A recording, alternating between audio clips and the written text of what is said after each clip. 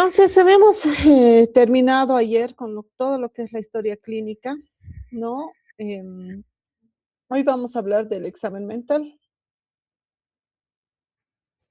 Entonces, el examen mental, ¿no? Es una descripción, ¿no? Del paciente en cuanto a evaluación, ¿no? De sus funciones mentales de manera ordenada y sistematizada, ¿sí? El examen mental tiene un sentido lógico en cuanto a cómo nosotros vamos a evaluar y qué debemos evaluar en cada paciente. Entonces, el examen mental tiene una diferente organización, ¿sí? O si ustedes revisan diferentes autores, van a encontrar diferentes esquematizaciones de lo que es el examen mental. Pero para fines prácticos vamos a seguir un mismo orden, ¿no? Para que ustedes no se confundan y demás, ¿sí? Habíamos visto, ¿no? Que es importante evaluar, ¿no? Desde que ingresa el paciente, ¿no? Con la apariencia general y conducta que vamos a evaluar, ¿no? Después vamos a evaluar la conducta psicomotora, las funciones cognitivas, la afectividad, el pensamiento, la sensopercepción y la introspección y el juicio. Es lo que nosotros vamos a ver cuando evaluamos un paciente. El primer punto del examen mental, entonces, empieza, lo podemos evaluar, aún así el paciente no nos colabore. El día de ayer, los compañeros que han asistido, ¿no? A la práctica con paciente han visto, ¿no? Que desde que ingresa un paciente a la consulta, nosotros tenemos que evaluar, ¿no? Cómo el paciente se encuentra, ¿sí? En cuanto a su arreglo personal y vestimenta, ¿no? eh, Donde vamos a ver su aseo, ¿no? Si su vestimenta está de acorde al clima, a las circunstancias actuales del paciente, en fin, ¿no? Y vamos a evaluar, sí, su salud física, ¿no? Y su edad aparente, ¿no? Si tiene algún problema de salud física, si su edad aparente es igual o concuerda con la edad cronológica, el biotipo del paciente, ¿no? Y si establece un contacto visual con nosotros, ¿sí? Si su edad aparente aparenta más edad, menos edad, si aparenta alguna enfermedad, si mantiene el contacto visual y si tiene un grado de colaboración adecuado con nosotros, ¿no? Y la actitud que va a tomar con el entrevistador. Entonces, todos estos puntos lo evaluamos en el primer punto del examen mental, es decir, desde que ingresa el paciente.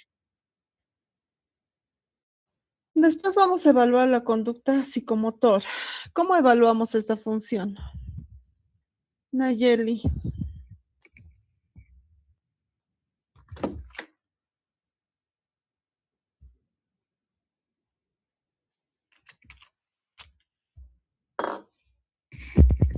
¿cómo evaluamos la función o la actividad psicomotora? Buen día, doctora. Tal vez en los movimientos que realiza el paciente. Ya. ¿Qué más? ¿Cómo más evaluamos? ¿Dónde está Ruth Maquera?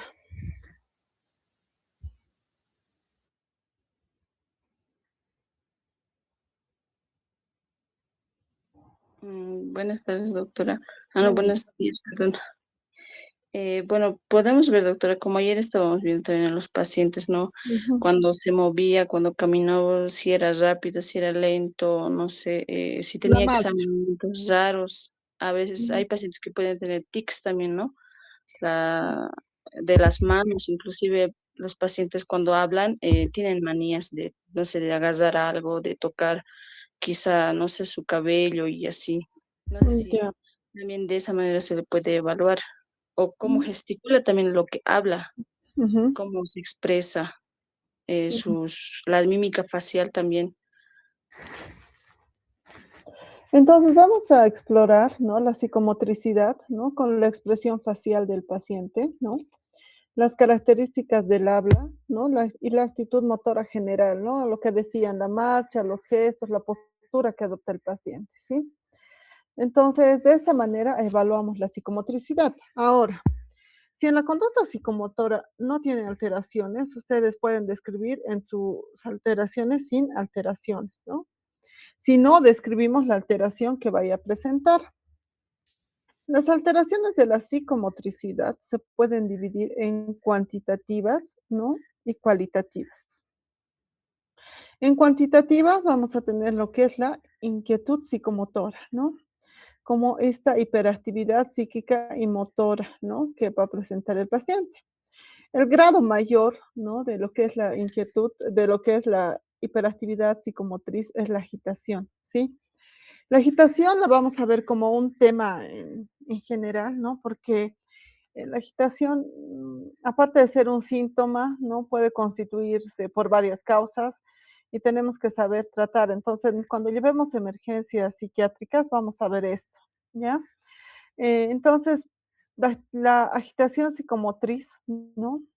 Va a ser una hiperactividad psíquica y motora, ¿no? Donde el paciente va a presentar, ¿no? Una sucesión rápida de movimientos, gestos, ¿no? O impulsos automáticos, ¿no? Esta agitación, ¿no? Puede ser reactiva o puede ser de base orgánica, ¿no? Como cuando estamos intoxicados por sustancias o por otro tipo de trastornos, ¿no? Entonces, la agitación es el grado mayor de inquietud, ¿sí?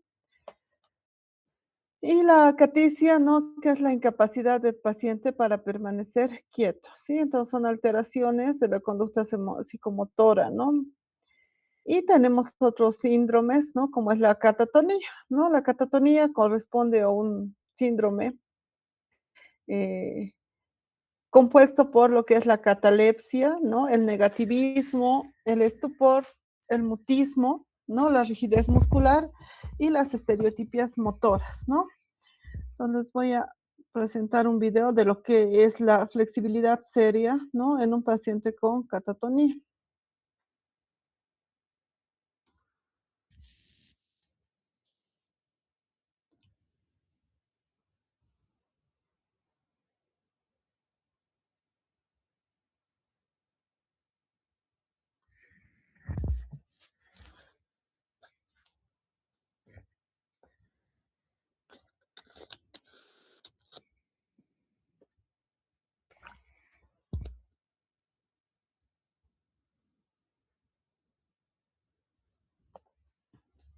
Y vean cómo se mantiene en estas posiciones que le ponen, ¿no ve? La flexibilidad seria es cuando lo mueve y el paciente se queda como un muñeco de cera, ¿no? Y el mantener estas posiciones se llama catatonía, ¿no ve?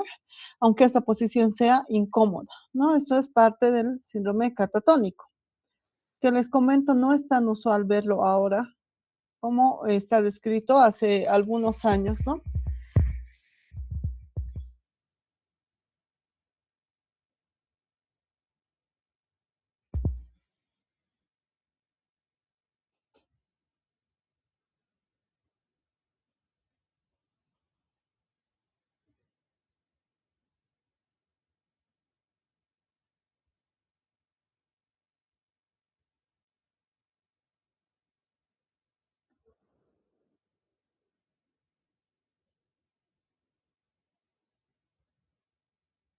Entonces, este es un ejemplo ya de igual de un síndrome catatónico, ¿no?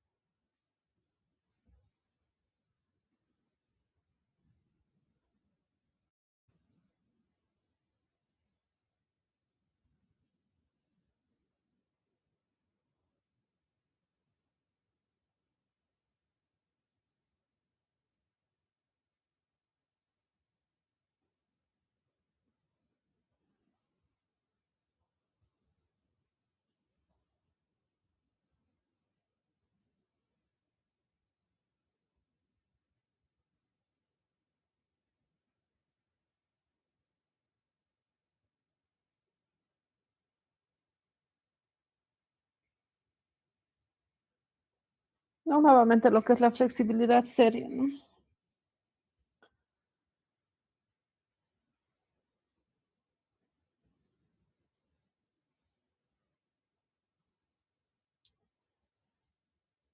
que les decía, ¿no? Moldean al paciente como si fuera un muñeco de cera y el paciente mantiene estas posiciones, ¿no? Normales.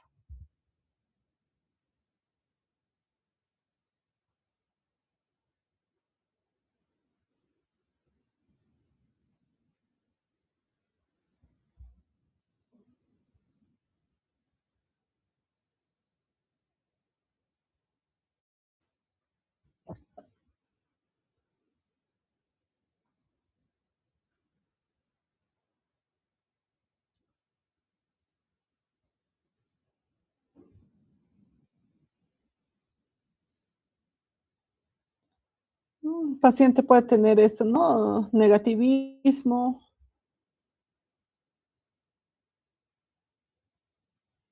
¿No? Vean ahí cómo el paciente puede no resistir movimientos, ¿no? Que el explorador hace.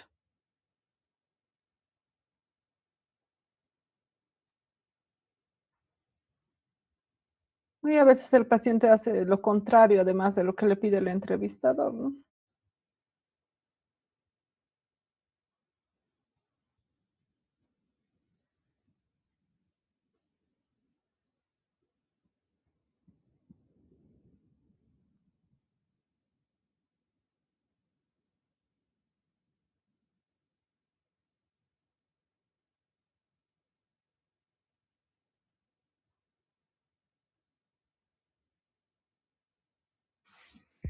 ¿No? Entonces, para que vean un ejemplo de catatonia. Después vamos a tener las alteraciones cualitativas. Entre ellas tenemos a las estereotipias. Mary, ¿qué es una estereotipia?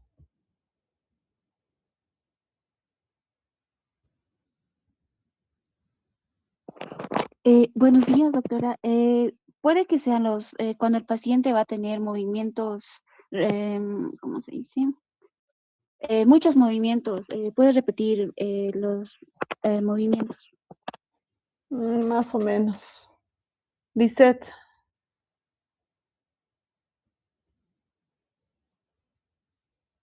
¿qué es estereotipia?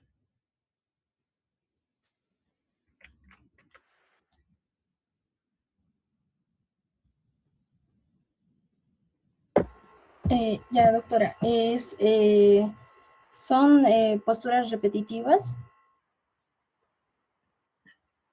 ¿Posturas o movimientos? Eh, Pueden ser ambos, doctora, posturas, movimientos, incluso voces. No, no necesariamente, ¿no? Nayeli, tienen que revisar el tema antes de revisar qué es estereotipia. Doctora, son los movimientos repetitivos que suceden de forma involuntaria. Y entonces tenemos a los movimientos repetidos sin un fin, ¿sí? Eso es una estereotipia, ¿no ven? Cuando los pacientes de movimientos repetidos sin un fin se llama estereotipia. Pueden ser simples y complejas, ¿no? Algo menos frecuentes son los marinerismos, ¿no? Son movimientos parásitos que aumentan la expresividad, ¿no? Y también tenemos a los tics, ¿no? Los tics son movimientos rápidos, espasmódicos, repetitivos, involuntarios y que voluntariamente a veces esto se puede frenar. ¿No? Aquí hay otro videito sobre tics.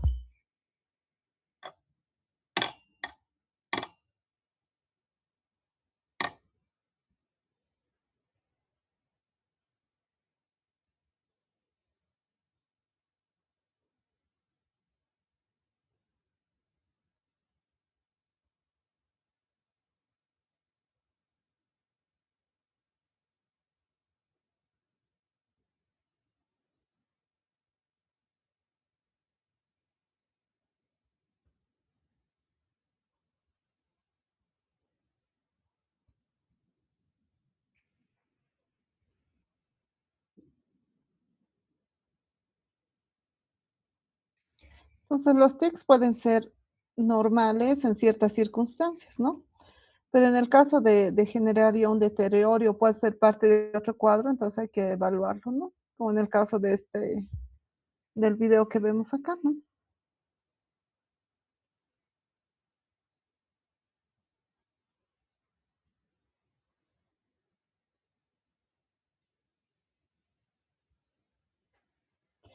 Después tenemos a los temblores, ¿no? Los temblores como aquellos movimientos rítmicos, oscilatorios, ¿no? Alrededor de un eje, ¿no? Hay diferentes tipos de temblores y obviamente hay que determinar la causa por el cual se están produciendo, ¿no? Podemos tener un ejemplo, ¿no? Del clásico temblor en reposo.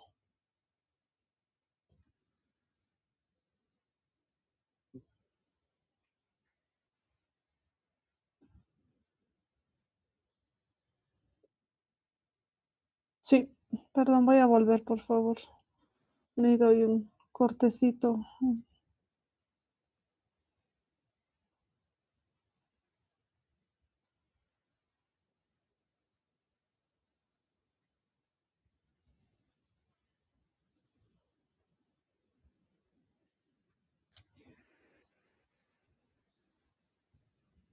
¿No? Entonces, el temblor en reposo, ¿no? Van a ver que algunos pacientes tienen este tipo de temblor, ¿no? Cuando,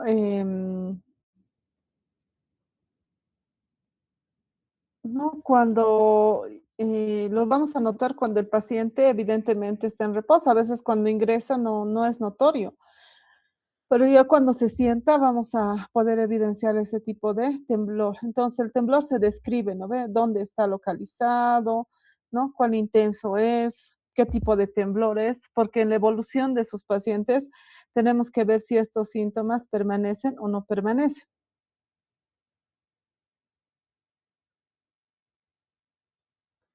¿no? Entonces, el temblor en reposo. Otra alteración que tenemos son las disquinesias, ¿no? Que son movimientos coreoatetoicos que puede presentar el paciente, ¿no? Como en este caso, puede ser efecto de antipsicóticos. No solamente los antipsicóticos causan esto, ¿no? Pero en psiquiatría la causa común es esto, ¿no? ¿No? Y esto es como si el paciente estuviera masticando, se llama el signo del rabbit, ¿no? O de la boca de conejo, ¿no? Son estas disquinesias bucolinguales, ¿no? Como les digo, pueden darse en otro tipo de alteraciones, pero es importante averiguar si el paciente está tomando o no medicamentos, ¿sí?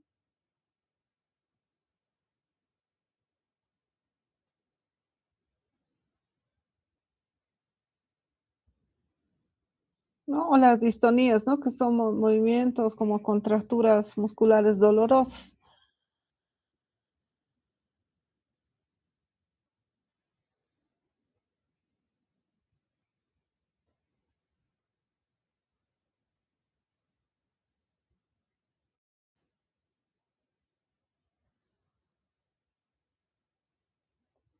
Igual las distonías se pueden dar por efecto de los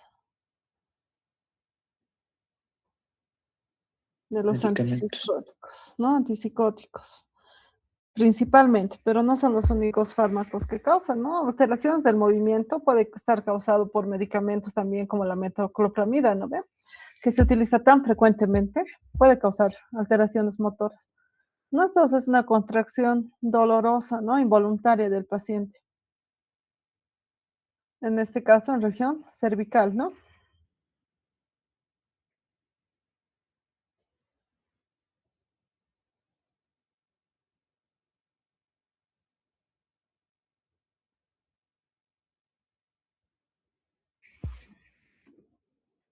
Y puede haber otros trastornos, ¿sí?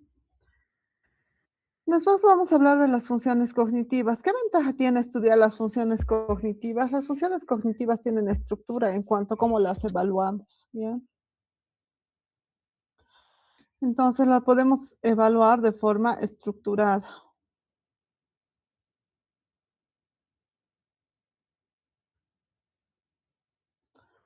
¿no? Entre las alteraciones vamos a tener, entre las funciones cognitivas tenemos a la conciencia, atención, memoria, orientación, ¿no?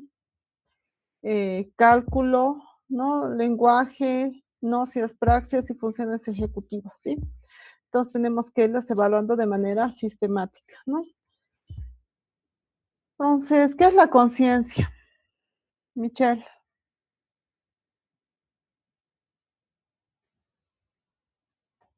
¿Qué es la conciencia?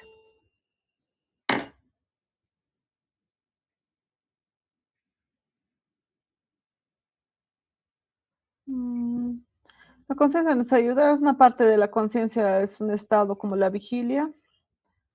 Pero ¿qué es la conciencia? ¿Cómo definiríamos la conciencia? Yesit. Buen día, doctora. Para mí es una capacidad cognitiva para reconocer, interpretar estímulos, pensamientos, sensaciones, emociones o algo relacionado al entorno y puede ser externos o internos. Ujú. Pues la conciencia es la capacidad de darnos cuenta, ¿no? De poder darnos cuenta de nosotros mismos, del entorno, ¿no? Reconociendo, como decía su compañero, estímulos que puedan venir, ¿no? De manera externa o interna, ¿sí? Mm, Maribel, ¿qué escalas nos ayudan a evaluar conciencia? Ah, la escala, esto era netamente en la parte neural, era la escala de, ah, no me acuerdo, doctora, pero sí medía lo que era el nivel de alerta, si se encontraba somnoliento, confuso. No lo recuerdo el nombre, doctora. Tienen que revisar, recuerden que cada clase se califica, ¿ya? Por si acaso. Lisette, ¿qué escala La valoras? misma pregunta, doctora. Sí, no Eh, responde. ya, es la escala de coma de Glasgow, Ujú, ya, cual, como mi compañera ha mencionado, por ejemplo, podemos evaluar lo que es la respuesta ocular, que es de 1 a 4 puntos, la respuesta verbal de 1 a 5 puntos y la respuesta motora, que es de 1 a 6 puntos.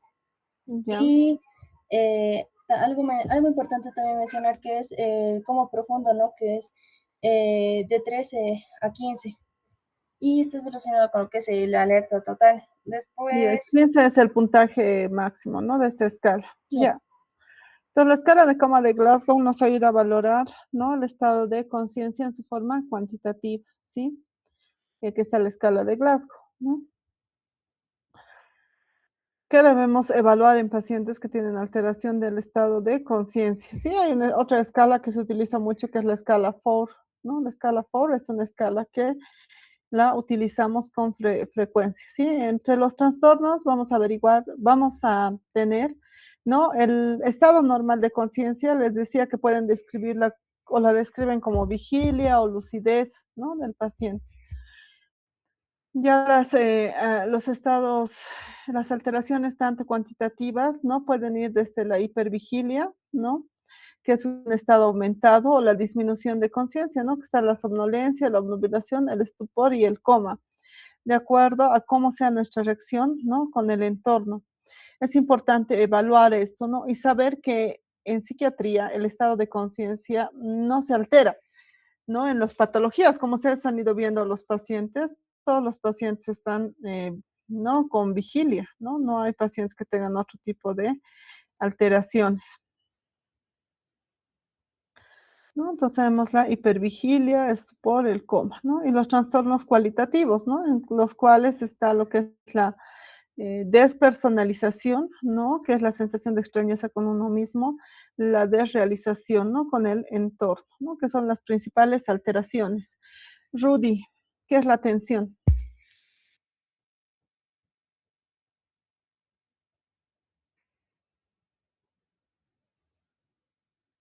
Buenos días, doctora. La atención, bueno, sería como para mantenerse, ¿no? En lo que se enfoca ya sea en un estímulo o, bueno, una tarea, así ignorando lo que es algunas distracciones. Ya, entonces la capacidad por la cual nosotros, ¿no? Vamos a fijar, ¿no? Y seleccionar y focalizar información dejando otros estímulos que no son relevantes, ¿sí? Entonces tenemos la capacidad de ver, porque hay muchos estímulos a nuestro alrededor. Ahora ustedes deben estar haciendo otras cosas. Con seguridad algunos están chateando y haciendo otras cosas que están fuera de la materia, lo cual hace que su atención esté dividida y evidentemente pierdan información de lo que están escuchando, ¿no? Pero esta capacidad va aumentando, ¿no? Conforme pasa el tiempo. ¿Cuál es el problema ahora? ¿No ve? Que tienen ustedes el uso del celular, ¿no? Y el celular tiene información muy rápida que deteriora, ¿no? La capacidad de mantener la atención, que se llama concentración. Porque ustedes están habituando a su cerebro, ¿no? A revisar formatos rápidos, cortos, ¿no? Que evidentemente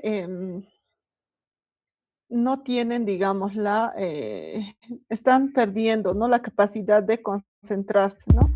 Por eso es que el TikTok les gusta tanto a ustedes, ¿no ve? Porque el TikTok tiene un formato corto que no implica que ustedes hagan esfuerzo mental para mantener, ¿no? La línea de esto, ¿no? Entonces, importante esto, que sepan que al cerebro le gusta la novedad, ¿no ve? Pero si ustedes se acostumbran solo a un formato corto, ¿no? Se van a mal acostumbrar a esto y van a tener problemas cuando ustedes tengan que trabajar con información más compleja, ¿no? Con información que lleve más tiempo en cuanto a su retención, ¿sí? Entonces es bien importante que ustedes vayan, ¿no? Acostumbrando a su cerebro a manejar formatos mucho más complejos y más largos, ¿sí? Entonces, la atención puede ser focalizada, sostenida, podemos ser selectiva, ¿no? O alternante cuando tenemos que cambiar de estímulo. Es importante que ustedes sepan evaluar y eso es lo que vamos a hacer ya en la clase. Mañana en la tarde, ¿tienen clases de algo? Antes de que me olvide. Si no, tienen que venir al hospital porque tenemos que hacer historias clínicas.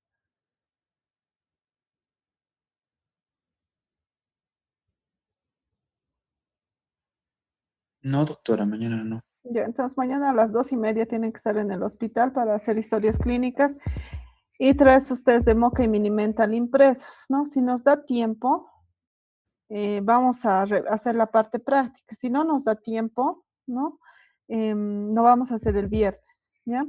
Pero tenemos que hacer esto, ¿sí? Entonces, sí se puede evaluar la atención de diferentes formas, ¿no? Por ejemplo, contar hasta atrás, ¿no? En series descendentes, el abecedario al revés, los días de la semana al revés, los meses del año al revés, que es lo que le podemos pedir a un paciente, ¿no? Que nos pueda responder, ¿no? Ayer hemos evaluado una paciente que cuando le preguntábamos algo nos respondía otra cosa, ¿no? Entonces sí tenía muchos problemas que hacían difícil evaluar otras funciones, ¿no? Y eso es parte del MOCA, ¿no? Del test de MOCA que tienen que revisar, léanlo antes de venir a clase, por si acaso, ¿no? Entonces, ¿no? Repetir una serie de números, ¿no? Que pueden ir en un formato, después a la inversa, ¿no? O que de un golpecito cuando escuche la letra A o restar del 100 menos 7. Obviamente esto tiene que ir adecuado al nivel de escolaridad que tenga el paciente, ¿sí? Tenemos alteraciones, ¿no? La atención puede estar disminuida y se llama hipoprosexia, puede estar aumentada, que se llama hiperprosexia o distraibilidad. Aumentada no significa que uno esté más atento, sino que más bien está atento, pero diferentes estímulos y no puede centrarse en uno solo, ¿no? Y la aprosexia es la falta, ¿no? Completa de atención, aprosexia, ¿no? Y hay que ver en qué estado se presenta. Después tenemos a la orientación, ¿no? La orientación es una función que ustedes ya conocen, no vamos a hacer más hincapié en esta, ¿no? No es como nos vivenciamos en diferentes tiempos con relación a nosotros, al entorno, ¿no? Y al tiempo en el cual nosotros estamos situados, ¿sí? Ya saben que un paciente puede estar con desorientación parcial o total, ¿no? Eso hay que evaluarlo, ¿sí? Después, otra función que tenemos que evaluar son las memorias. Marco, ¿qué es la memoria?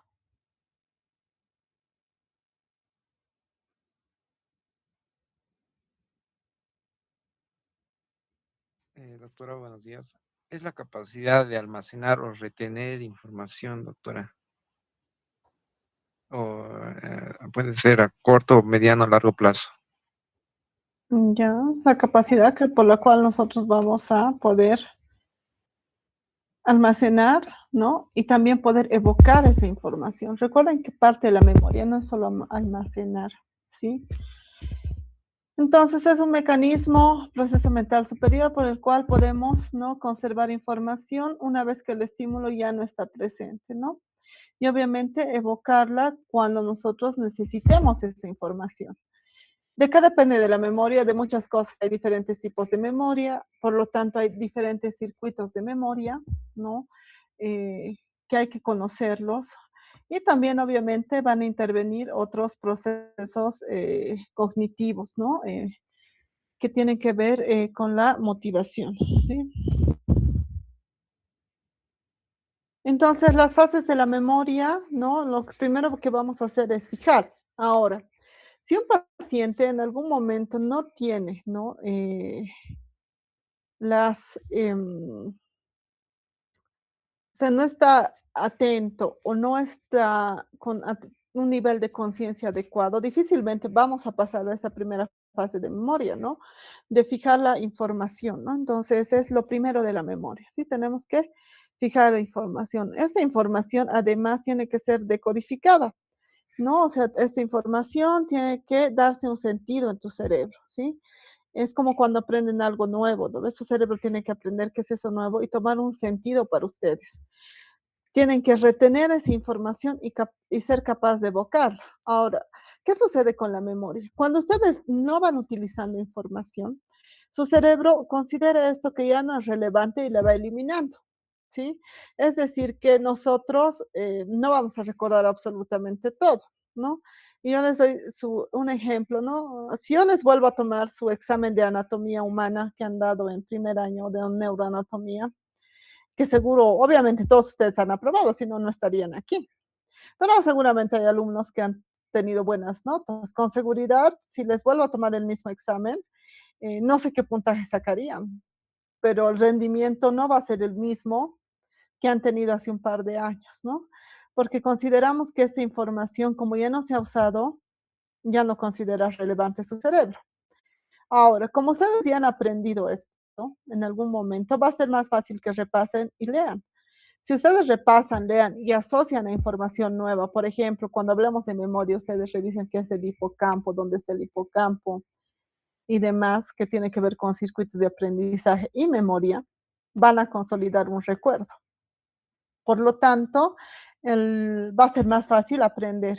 Entonces, para que algo tenga sentido en su vida, esto tiene que poder utilizarse, ¿sí? Mientras más utilicen la información, menos van a olvidar. Entonces, hay diferentes formas también de evaluar la memoria. Vamos a dividirlo en memoria sensorial, en memoria a corto plazo y en memoria a largo plazo, ¿sí? La memoria sensorial es un tipo de memoria de la cual no vamos a abarcar porque en la clínica no es fácil explorar eso, o sea, no se puede. Pero sí la memoria a corto plazo con el recuerdo diferido, ¿no? Que lo podemos evaluar, y la memoria a largo plazo, ¿no? Que se va a dividir, ¿no?, en diferentes tipos de memoria, ¿no? Tenemos la memoria procedimental, que tiene que ver con habilidades, ¿no? Por ejemplo, conducir un auto, ¿no? Tenemos después la memoria declarativa, que se puede dividir en semántica y episódica, ¿no? La memoria episódica tiene que ver con un tipo de memoria temporal, biográfica, ¿no? Tiene una secuencia. Y la memoria semántica, ¿no?, tiene que ver más bien con los hechos, ¿no? Y es un tipo de memoria que no tiene temporalidad. Podemos tener entre ese tipo de memoria el vocabulario, ¿no? La semántica tiene que ver con el vocabulario que vamos adquiriendo, tiene que ver con información que vamos adquiriendo de manera formal, ¿no? En formación, ¿no? Como en el colegio, la universidad y demás. Este tipo de memoria, entonces para eso nos sirve la memoria semántica. Cuando ustedes exploran, están acostumbrados a explorar un solo tipo de memoria, que es la memoria episódica, ¿no? Pero tienen que acostumbrarse a evaluar otros tipos de memoria además, ¿no? Y tenemos los trastornos de memoria, ¿no? Que pueden ser los cuantitativos, ¿no? Que pueden estar las hipernesias o las hipomnesias y las amnesias. Y cualitativamente tenemos a la confabulación, ¿no? Que es el relleno de espacios con información que no corresponde, ¿no? Esto suele suceder, ¿no? En pacientes, por ejemplo, adultos mayores, ¿no? Que pueden tener un cuadro de demencia. Entonces empiezan a rellenar, ¿no? Información, ¿no? O en la demencia por Korsakoff, ¿no? Que se da en pacientes consumidores de alcohol, por ejemplo. La pseudología fantástica es rarísimo verlo, nunca lo he visto en la clínica, la verdad, ¿no? Después tenemos los falsos reconocimientos, ¿no? Que son alteraciones de la memoria, ¿no? Eh, Ahí tenemos el déjà vu, el jamais vu, si ustedes saben qué es eso, ¿no ve? La sensación de lo ya vivido o lo nunca vivido, ¿no ve? Cuando ustedes han tenido esa sensación, puede darse en contextos normales, pero también puede ser patológico, hay que ver siempre en qué contexto se presenta, ¿no? Y otra de las alteraciones que tenemos a las alopnesias, ¿no?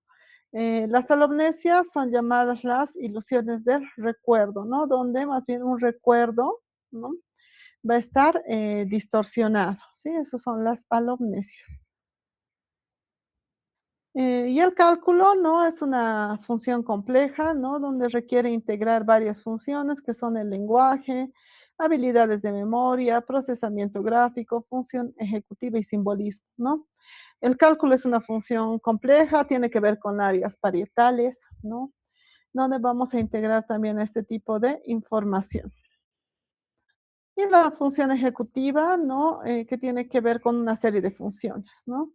Entre ellas anticipación, planificación, autorregulación de la conducta, que se puede explorar, ¿no? De diferentes formas, tiene que ver con memoria de trabajo, ¿no? Y con lo que es la abstracción. Entonces, parte de estudiar las funciones ejecutivas es estudiar la abstracción, ¿no? La abstracción es una función que tienen que saber evaluar también ustedes, ¿no? Como la generalización de conceptos, ¿no? Y después tenemos a lo que son las nocias, ¿no? Como la exploración, ¿no? De la información sensorial que vamos a tener con el reconocimiento de estas sensaciones, ¿no? De los estímulos sensoriales, ¿no? Y las agnosias con esta falta de reconocimiento en una modalidad específica, ¿sí? Y las praxias, ¿no? Con la capacidad, ¿no? De ejecutar un automotor previamente aprendido, ¿no? Y las apraxias es la imposibilidad de ejecutar un automotor que ha sido aprendido previamente, ¿sí? Entonces les voy a mostrar un video de evaluación de esta función de las praxias. Esperen un ratito.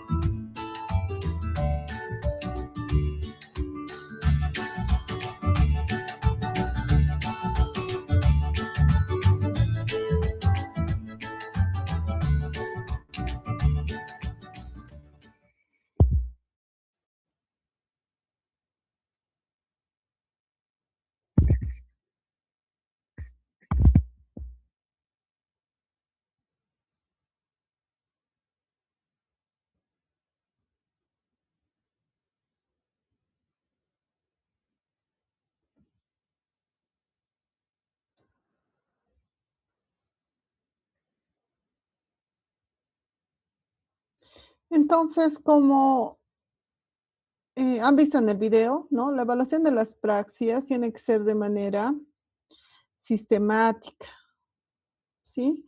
Tiene que ser de manera sistemática. No evaluamos al azar, no evaluamos como sea, sino lo hacemos de manera ordenada.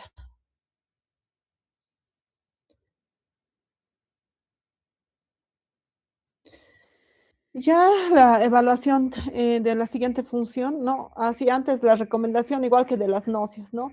Deben ser evaluadas derecha e izquierda siempre, ¿no? Porque recuerden que hay dos hemisferios y las lesiones que encontremos localizan, ¿no? Son bien localizadoras de qué tenemos que explorar.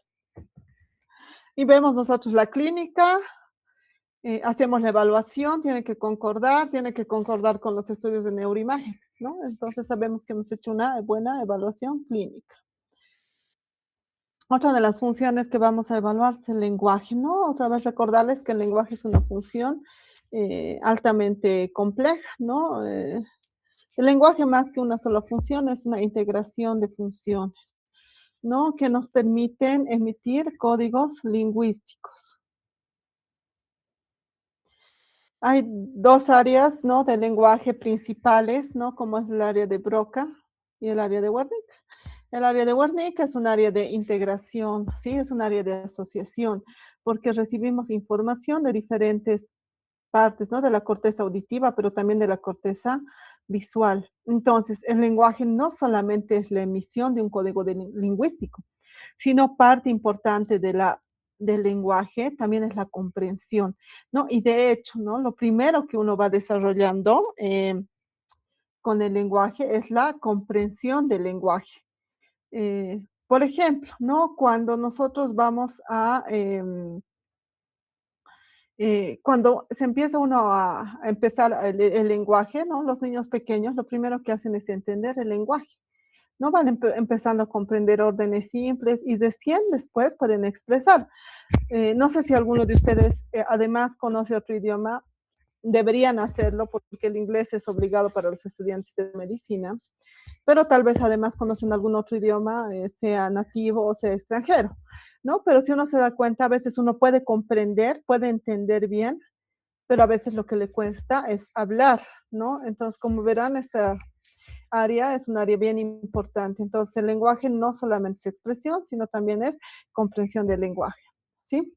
Se, eh, esta, estas áreas cerebrales se encuentran en lo que es el lado dominante del cerebro, ¿no? En el hemisferio dominante.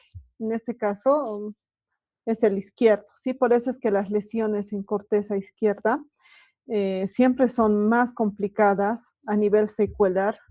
Eh, por ejemplo, un paciente que tiene un accidente cerebrovascular, ¿no? ¿Qué vamos a evaluar, no? La producción oral, ¿no? Como lo que es eh, la fluidez del lenguaje, la prosodia, la comprensión, ¿no? Comprensión de órdenes simples, órdenes complejas. Ayer hemos visto a una paciente que estaba mutista básicamente toda la entrevista, ¿no? Pero comprendía órdenes simples, ¿no? Le hemos pedido su nombre, nos ha dicho su nombre y se ha despedido, no nos ha dicho nada más, pero comprendía órdenes simples, pero vamos allá, ven acá. Entonces estábamos con comprensión de órdenes simples. ¿No? También podemos ver lo que es la repetición, ¿no? Repetición de sílabas, palabras, ¿no? Frases complejas, que eso tienen las pruebas, ¿no? Por ejemplo, el test del Mini-Mental está bien estructurado en evaluación del lenguaje. Entonces, tenemos la comprensión, la repetición, ¿no? Tenemos que ver la fluidez del lenguaje, la denominación de objetos. También le vamos a mostrar una serie de objetos y nos tiene que decir qué es esto, ¿no? Después evaluamos no solamente el lenguaje verbal, ¿no? Sino también el lenguaje escrito, ¿no? Entonces le podemos dictar o la escritura espontánea, ¿no? De ver cómo escribe el paciente. Nos recuerdan que ayer hemos visto una paciente, ¿no? Y me mostraba el residente qué es lo que escribía, ¿no? Es una paciente que está internada, eh, ¿no? Que la hemos evaluado con sus compañeros y me mostraba lo que escribía, ¿no? Y escribía como 2 o 3 palabras sueltas, pero así bien perseverante, repetía lo mismo, ¿no? A ver si me lo pasan, se los voy a mostrar, ¿no? Para ver que también es importante evaluar el lenguaje escrito. Después vamos a evaluar lo que es la lectura, ¿no? Vamos a evaluar lo que es la comprensión, ¿no? De la lectura que podemos darle al paciente, ¿sí? Entonces, no se olviden que la evaluación de todas las funciones tiene que ser sistemática, ¿no? Les decía que el día de mañana ya vamos a hacer un poco la práctica en ustedes y con los pacientes también, porque tenemos que empezar a hacer historias clínicas, ¿no? Entonces, eso es importante para ir evaluando y avanzando, ¿no? Otra de las funciones que vamos a evaluar es la vida afectiva, ¿sí? Entonces, recordarles que la vida afectiva tiene, ¿no? Tonalidades, ¿no? Eh, vamos viendo, ¿no? Diferentes tipos de expresiones que va a tener el paciente y recordando que las emociones son estados afectivos intensos y transitorios. Las emociones son universales, es decir, que en todas las especies tenemos el mismo tipo de emociones, ¿sí? Y entre ellos están, ¿no? Las emociones primarias, ¿no? La alegría, la sorpresa, el desagrado, el miedo, el enojo y la tristeza. Son emociones primarias, ¿sí? Recordarles que la vida afectiva es subjetiva, ¿no? O sea, es propia de cada uno, es polar, porque a veces se mueven dos circunstancias, ¿no ve? Trasciende, obviamente nosotros podemos expresarla y se comunica, ¿no? O sea, la vida afectiva influye en nuestra conducta, claro que sí, ¿no?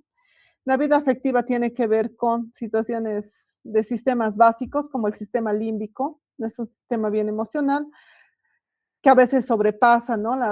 El cerebro más pensante, ¿no? Les decía que el área que más tarda en desarrollarse en las personas es la corteza prefrontal, precisamente el área que nos ayuda a controlar nuestras emociones, a planificar, a estructurar, a razonar bien, ¿no? Esta área se conecta mucho con las emociones porque le da como un control, ¿sí? Entonces las emociones a veces se pueden desbordar si son muy intensas, pero por lo general nos calmamos, ¿no? Entonces hay un cerebro pensante, ¿no? Por decirlo así, un área más evolucionada de nuestro cerebro que frena nuestras emociones, que obviamente en niños pequeños eso no ocurre, ¿no ves? Su cerebro es totalmente inmaduro, más en estas áreas, ¿no? Y al igual que en los adolescentes. Entonces muchas veces las emociones rigen nomás las conductas, ¿no ves? Entonces un niño pequeño si está enojado te pega, ¿no? Obviamente él todavía no tiene estos frenos que se van trabajando, ¿no? No se trata de que los niños peguen, sino de explicarles y de actuar sin violencia como adultos para explicarles que no está bien agredir, ¿no? Que están haciendo daño y demás, que los niños a medida que van creciendo, van entendiendo lo que significa esto, ¿sí? Entonces tenemos lo que son las emociones, ¿no? Como reacciones intensas, eh, que tienen una duración limitada frente a los estímulos, ¿no? Tenemos a los sentimientos, que son reacciones afectivas mucho más intensas, más duraderas y son más estables, ¿no? Por ejemplo, el amor sería un sentimiento, ¿no? O sea, ustedes pueden amar a sus parejas, a sus padres, a sus amigos, ¿no? Entonces el amor no solamente tiene una tonalidad romántica, ¿no? El amor puede ser comprendido desde esto y el odio también, ¿no? El odio también es un sentimiento. Y los afectos, ¿no? Que son respuestas emocionales ante los estímulos, ¿no? El humor, ¿no? Es un estado emocional dentro de rangos de límite, ¿no? Lo que vamos a hacer va a ser una exploración subjetiva, ¿no? Una parte objetiva y una adecuación ideoafectiva. Entonces, en sus exámenes mentales tiene que estar lo que es la parte subjetiva, la objetiva y si hay una adecuación ideoafectiva. Entonces, tenemos que verla siempre, ¿no? Para ver si hay un trastorno o algo está alterado. La aparición, ¿no? La intensidad, la irradiación afectiva y la sintonía afectiva. Hay diferentes alteraciones de la afectividad, está la ansiedad, el pánico, la tristeza, la alegría. Este afecto pueril, que es un afecto como, eh, ¿no? Infantil, digamos, ¿no? Que obviamente en un adulto no se ve bien, pues no es como un niño, ¿no? Que tiene ese tipo de afecto.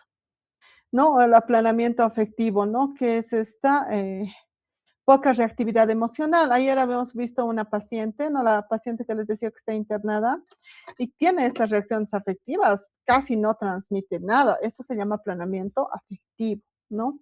Los pacientes que no nos transmiten emociones se llama aplanamiento afectivo, ¿no? Eh, la apalatimia, ¿no? Esta respuesta emocional incongruente con el estado, ¿no? La anedonia, ¿no? Como esta incapacidad para disfrutar o sentir placer. Y la disforia, ¿no? Como un estado de desagrado, inquietud, irritabilidad, tristeza, desazón, ¿no? La perplejidad, esta sensación de extrañeza, asombro que tienen los pacientes, ¿no? La labilidad emocional, ¿no? Cambios de humor brusco, ¿no? De poca intensidad, ¿no? Y de duración. Ayer hemos visto una paciente que cambiaba de afectos muy rápidamente. Entonces, esto se llama la habilidad afectiva, ¿no? Esos afectos bruscos, intensos, ¿no? Estos cambios de un estado afectivo a otro, ¿no? Y la incontinencia emocional es la escasa capacidad para contener emociones, donde se pueden desbordar, ¿no? Y la bulia, ¿no? Ya son síntomas, ¿no? Como la incapacidad de obrar sin placer, ¿no?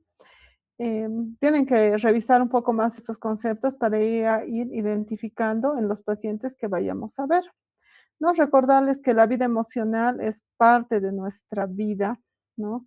Y que la única manera que ustedes exploren esto es cara a cara con un paciente, ¿sí? No les puedo explicar del todo si es que no vamos viendo pacientes, entonces en la medida de lo que se pueda tienen que ir ya evaluando, haciendo historias, haciendo exámenes mentales a los pacientes para que ustedes puedan, ¿no? De alguna manera eh, poder ir reconociendo estos estados afectivos de los pacientes, ¿sí? Y recordarles que las emociones son parte de nuestra vida, guían nuestra conducta y sus emociones no deberían solo situarse en un contexto virtual, ¿no?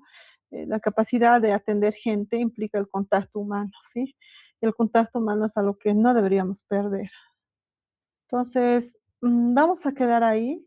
Para mañana tendrían que revisar eh, toda esta parte de pensamiento, sensopercepción que nos falta, ¿no? Y revisar ir revisando el test de Moca y Minimenta, ¿no? Si mañana en la tarde podemos, tenemos que acabar con toda esta primera parte. Y ya el día lunes sería su defensa de historia clínica que van a hacer mañana. Entonces vamos a ir avanzando. Sí, el tiempo se hace bien cortito, entonces tenemos que cumplir programa, ¿ya? No sé si tienen preguntas, dudas.